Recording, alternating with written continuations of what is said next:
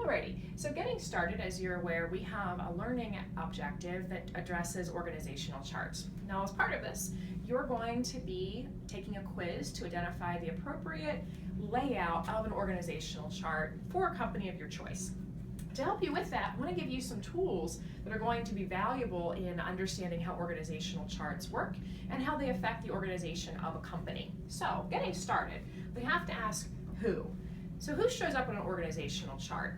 Now, this may be position-based, such as a CEO starting off our organizational chart, or it may be in the example of a company where perhaps this organizational structure is quite small, we may have just a company name of the individual. So the organizational chart may start by saying CEO, or it may say something like this.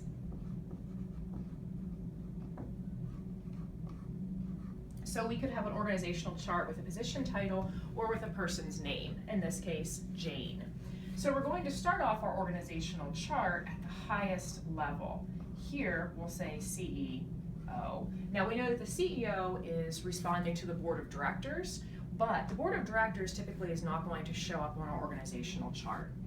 So our CEO will then supervise other individuals in a C-level category. So as we've already identified, here we're using the example of a title-based organizational chart, but it could also be by person's name. So our CEO is going to have the following entities or the following people reporting to him or her.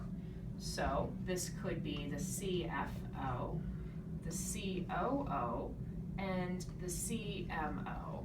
The CFO being Chief Financial Officer, COO, Chief Operations Officer, and the CMO, Chief Marketing Officer. Now, under all of these positions, we're going to have other positions, and our organizational chart will get bigger and bigger depending on the size of the company.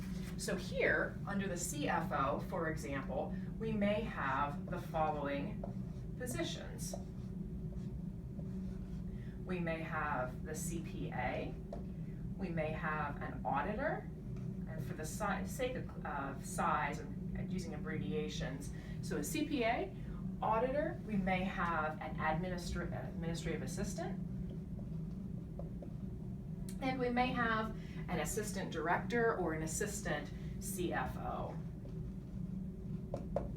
So you can see how our chart becomes larger as we grow and add additional positions. Now, of course, under each of these boxes, we would have in additional positions as well, based on the size of the departments that these entities are supervising.